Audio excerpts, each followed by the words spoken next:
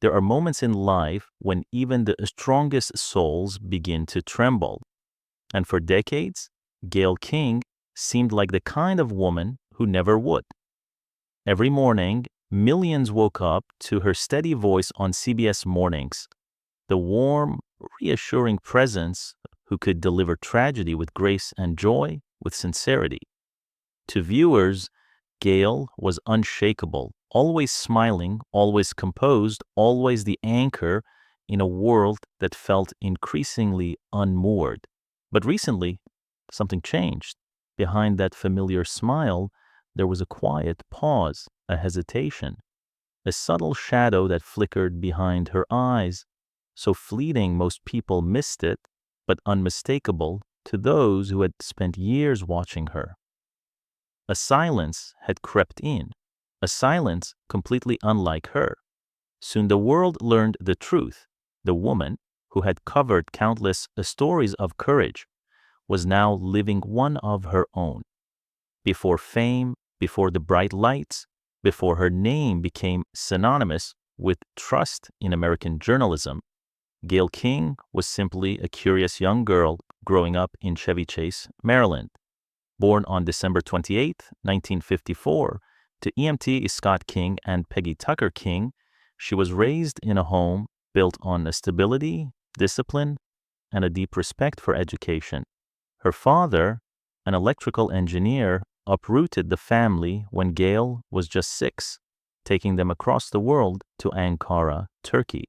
For 5 years, she lived among unfamiliar languages, unfamiliar faces, and unfamiliar streets, developing a global awareness far earlier than most children her age. When they returned to the U.S. in 1966, Gayle poured herself into her studies. She attended the University of Maryland, College Park, earning a psychology degree. But while she understood how the human mind worked, she also understood her own heart, and it pushed her towards something far more vibrant than an office or a clinic. She was drawn to people, to their fears, their victories, their stories. So Gayle chose storytelling. After graduation, she entered television not as a glamorous on-screen personality, but as a production assistant at WJZ-TV in Baltimore, a job full of long hours, heavy equipment, and the kind of behind-the-scenes grind most viewers never notice. It was here that fate intervened. A young anchor named Oprah Winfrey worked down the hall. 2 ambitious women, 2 big hearts, 2 relentless work ethics, 1 friendship that would change both their lives forever. Their bond, rooted in respect, laughter, and shared a struggle, became the foundation on which Gayle built her long, formidable career. This was the beginning of a journey that would inspire millions, a journey that would later be tested in ways even she could never have imagined. Gayle King's career didn't explode overnight. There was no sudden breakthrough, no instant fame, no shortcuts. She started the way many great storytellers do, at the very bottom, at WJZ-TV.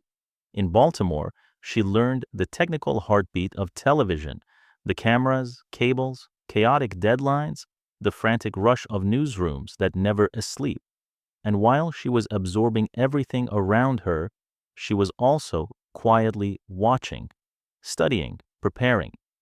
Soon, her path led her forward. She stepped into reporting at USA in Washington, D.C., where the pace was faster, the expectations higher, and the scrutiny heavier. But Gayle didn't flinch. She adapted quickly, mastering the art of connecting with viewers through sincerity rather than theatrics. From there, she moved to Kansas City to anchor the weekend news at WDAF-TV. It wasn't glamorous, it wasn't easy. Each new station meant starting over, new colleagues, new communities, unfamiliar expectations. But every city shaped her, sharpening her instincts and deepening her understanding of what it meant to be a journalist who truly cared. Then came the turning point. In 1981, Gayle earned her first major break, becoming a news anchor for WFSB TV in Hartford, Connecticut. It was in Hartford, far from Hollywood flash and national spotlight, where Gayle truly grew into her voice. For 18 years, she became a familiar figure in living rooms across Connecticut. Viewers trusted her for her honesty, her warmth, and the way she delivered even difficult news with a sense of calm comfort. But Hartford wasn't just a career milestone. It became home. She bought a house in Glastonbury. She raised 2 children there. She built a life rooted in routine, community, and purpose. Every broadcast, every interview, every early morning drive to the newsroom added another layer to her legacy. Yet behind the polished professionalism was something deeper, a quiet resilience forged through discipline, empathy, and the belief that truth mattered more than anything else. Gayle didn't chase fame, she chased integrity. And without realizing it, she was already inspiring thousands. Her story was becoming more than a resume. It was becoming a testament to what dedication, humility, and heart can build. For all of Gayle King's professional triumphs, her personal life would soon deliver the kind of heartbreak that no one, not even the strongest woman, can fully prepare for. In 1982, Gayle married William Bumpus, a respected assistant attorney general in Connecticut. On the outside, their lives looked enviable. A stable marriage, meaningful careers, a home filled with promise. Together, they welcomed their daughter Kirby in 1986 and their son William Jr. in 1987. To the world, Gayle seemed to have everything, a thriving career and a picture-perfect family. But behind the closed doors of that beautiful home, the foundation was quietly cracking. And then came the day she would never forget, June 24th, 1990, a date she would recall decades later with a chilling clarity, a date that split her life into a before and an after. On that day, Gayle walked into a room and found her husband in bed with another woman. That single moment, raw, humiliating, searing, etched itself into her memory with a permanence she never asked for. Years later, she would joke lightly about disliking the woman she caught naked with my now ex-husband. But beneath the humor lived a wound that had once nearly shattered her. The betrayal cut deeply. It wasn't just infidelity, it was the collapsing of trust, of safety, of the life she had built with her own hands. By 1993, the marriage ended.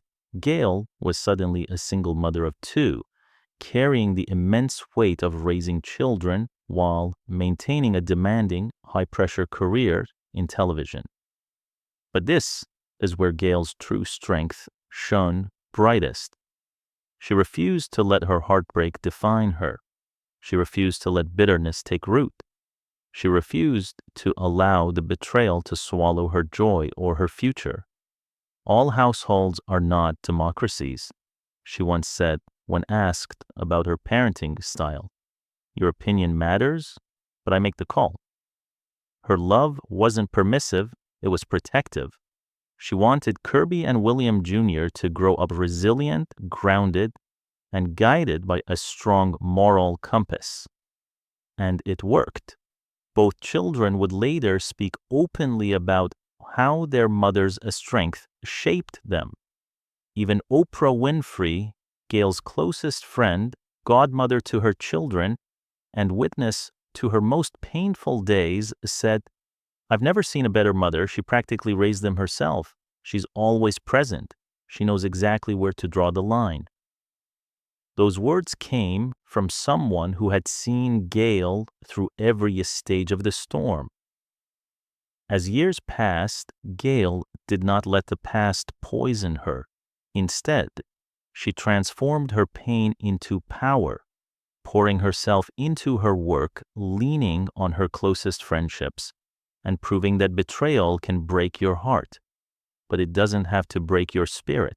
Little did she know, the resilience she forged during those lonely nights and tearful mornings would soon become the armor she needed for challenges still waiting ahead. By the time Gayle King stepped into her role at CBS This Morning in 2012, she had already survived nearly every personal storm a woman could face. But the world didn't know her because she had suffered. They knew her because she carried every experience with dignity. And now she was stepping onto a national stage. Here, Gayle didn't just shine, she transformed the very rhythm of morning television. Her calm, measured delivery, her empathy, her ability to sit with both joy and sorrow. These qualities made her a force that viewers instinctively trusted. That strength was tested in 2019 during her now famous interview with R. Kelly, an interview that would go down in journalism history. The singer erupted in emotional outbursts, shouting and crying, rising from his chair in anger. Many journalists would have panicked. Many would have stumbled. Many would have lost control of the moment. But Gayle didn't flinch. Not once. Her voice stayed level, her posture stayed grounded, and her now iconic line, "Robert, you're killing me with this," became a symbol of absolute composure under chaos. America praised her, the world applauded her, and journalism students studied her reaction as a masterclass in professionalism. But fame isn't without fire. In 2020, Gayle asked a question referencing Kobe Bryant's past sexual assault case during an interview shortly after his death. A short clip was taken out of context, and the internet erupted. The backlash was brutal. The criticism was merciless. The emotional toll was unmistakable.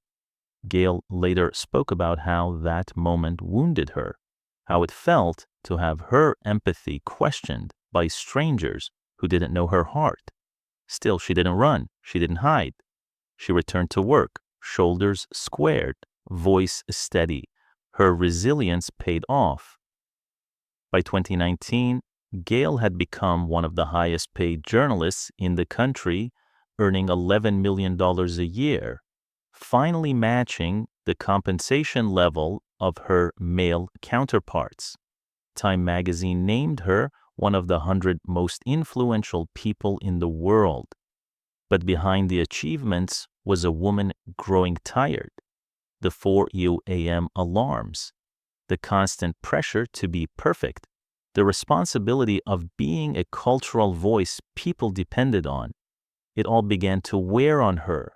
She admitted privately that she was learning to balance what she gave to the world with what she needed to keep for herself. And she had no idea that very soon this balance would no longer be optional. It would become a matter of survival. In 2024, Gayle King stepped onto a red carpet in New York, and the world stopped. She looked radiant, slimmer, elegant, in a white dress that hugged her new figure with effortless grace. Cameras flashed wildly as headlines erupted across social media and entertainment news. Gayle King's stunning transformation. Did she use weight loss medication? Gayle and Oprah, twin journeys? People speculated endlessly.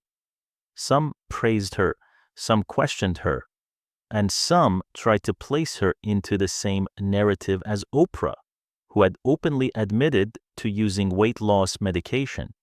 But Gayle stayed silent.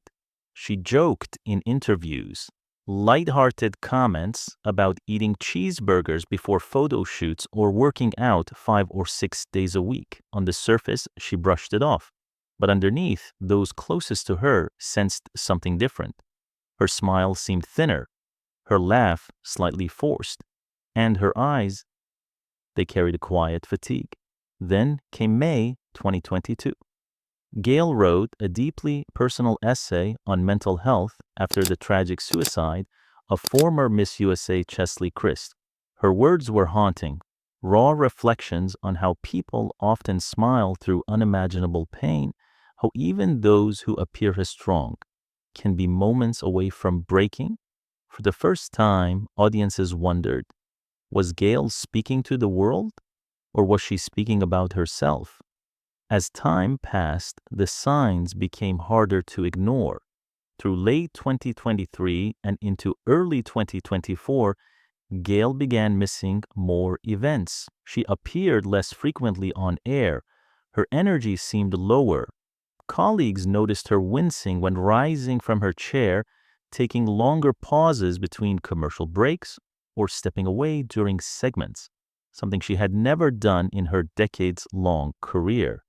CBS insisted it was scheduled time off, but insiders whispered that something was very wrong. Quietly, behind the cameras, Gayle had broken down in tears during a commercial break. Then came the medical news, a diagnosis, serious, life-altering, undisclosed to the public.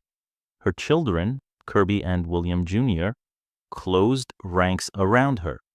Oprah, the friend who had walked beside her for nearly half a century, was there for every appointment, every conversation, every moment Gayle felt overwhelmed. The world saw a polished professional. But behind closed doors, her family saw a woman fighting to stay strong while confronting fear she had never known before. And as she faced this new reality, another blow arrived. CBS was undergoing massive internal changes, budget cuts, layoffs, leadership shifts. To studio move from Times Square to a downgraded location felt like a personal betrayal. Gayle had weathered scandals, rebuilt public trust, carried the morning show through turnover and turmoil. She had given CBS her loyalty, her consistency, her voice. Now she felt displaced. She deserved so much more, one producer said. She isn't someone you treat like a placeholder. Despite everything, Gayle kept going. She continued showing up on air as long as she physically could. Still poised, still gracious, still determined. But something inside her had shifted. The diagnosis forced her to reevaluate everything, her priorities, her time, her legacy. And slowly, quietly, she began stepping back, choosing to protect her health rather than push through the pain. Yet even in this difficult season, Gayle found purpose again. In 2025, she was announced as part of Blue Origin's historic all-female space flight. At 70 years old, she was preparing to leave Earth, not escape it, but transcend it. Her participation wasn't about adventure. It was a declaration. Life doesn't end because of pain. Pain simply teaches you how to rise differently, boldly, beautifully. Gayle King was still rising. Through every heartbreak, every triumph, every diagnosis, every whisper of uncertainty, Gayle King has always had one unshakable source of strength, her family. Her daughter Kirby, now 39, has blossomed into a powerful, steady woman in her own right. In 2020, she married Virgil Miller in a warm, intimate ceremony held at Oprah's breathtaking Santa Barbara estate. A year later, in 2021, she welcomed her first child, Luca, Gayle's first grandson. The moment Gayle held him, something inside her shifted.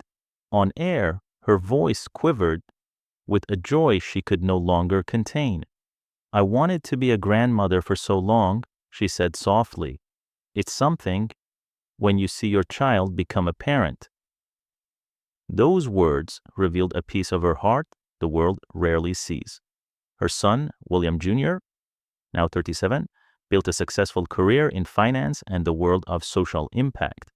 In 2024, he married Elise Smith, again in the loving embrace of Oprah's home. To Gayle, that day was one of the happiest of my life. Her children becoming adults, finding love, building families of their own. These moments wrapped Gayle in the kind of comfort that no salary, no award, no headline could ever match. As her undisclosed health condition continued to weigh on her life, these family milestones became her refuge. The laughter of her grandson, the stability of her daughter, the joy in her son's eyes, the unwavering presence of Oprah, who had stood by her for 50 years through betrayal, heartbreak, reinvention, criticism, fame, sickness, and hope. Family became her anchor, her reminder of what truly matters. No longer was her life measured in broadcasts, ratings, or public appearances. It was measured in moments of stillness, gratitude, and love. And in those quiet moments, Gayle began to understand something profound. Legacy isn't built in studios. Legacy is built in the hearts of the people you love. After decades of telling the world's stories, Gayle King is now living her own most powerful chapter, a chapter filled with courage, vulnerability, and truth. And now the world is watching a woman who has spent her entire life staying strong, finally learning to heal, watching a journalist who gave everything to her career, finally choosing herself, watching a mother and grandmother embrace the gift of time, watching Gayle King not as the anchor behind the desk, but as a human being, real, fragile, brave. What would you do if life forced you to slow down? If you had to choose between success and peace? Tell us your thoughts in the comments. And don't forget to like, share, and subscribe for more stories of strength, resilience, and the spirit that keeps us all moving forward.